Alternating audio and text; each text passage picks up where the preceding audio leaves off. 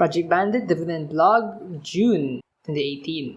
Okay, during the development of the game, I was heavily focusing a lot creating indoors of the homes. Basically, creating indoor homes are quite challenging than creating outside of it. You can be quite creative creating your house outside, the outside map, and then the indoors is quite more challenging.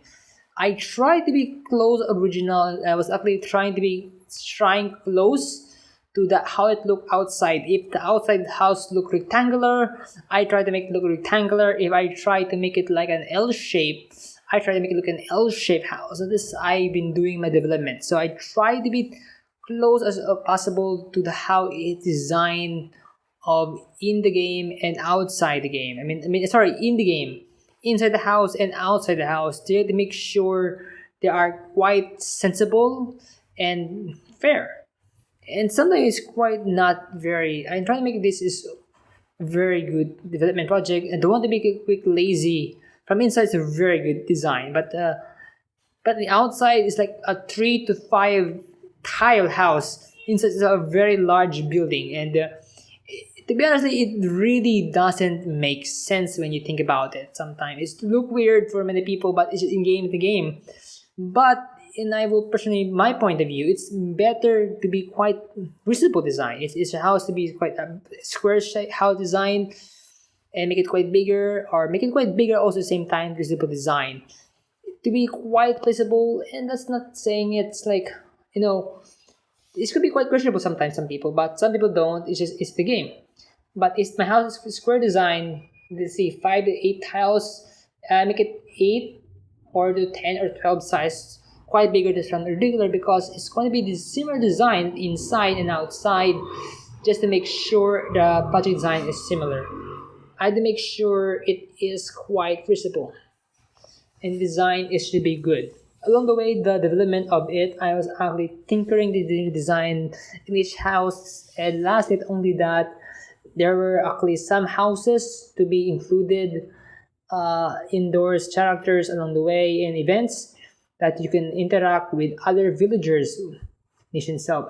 Each of these house actually has their purposes and many more. So there's going to be quite a lot of work to do in each houses to do. And lastly, not only that, if you actually finish the first reading of this entire villages, there will be some events and quests to be done along the way. During the there will be some work to do. I have the work to do in it. Before and after events, if we have to do some before event and the after event gonna happen when before event there's some more people, less these activities whatsoever. After event there will be some changes there and there. Make sure is something quite visible design and options to do. There are many more to be added and designed to be creative, just to make sure along the way. If I actually have there's multiple ways to process to be this way, I had to make sure it's visible quite good and make sure it works.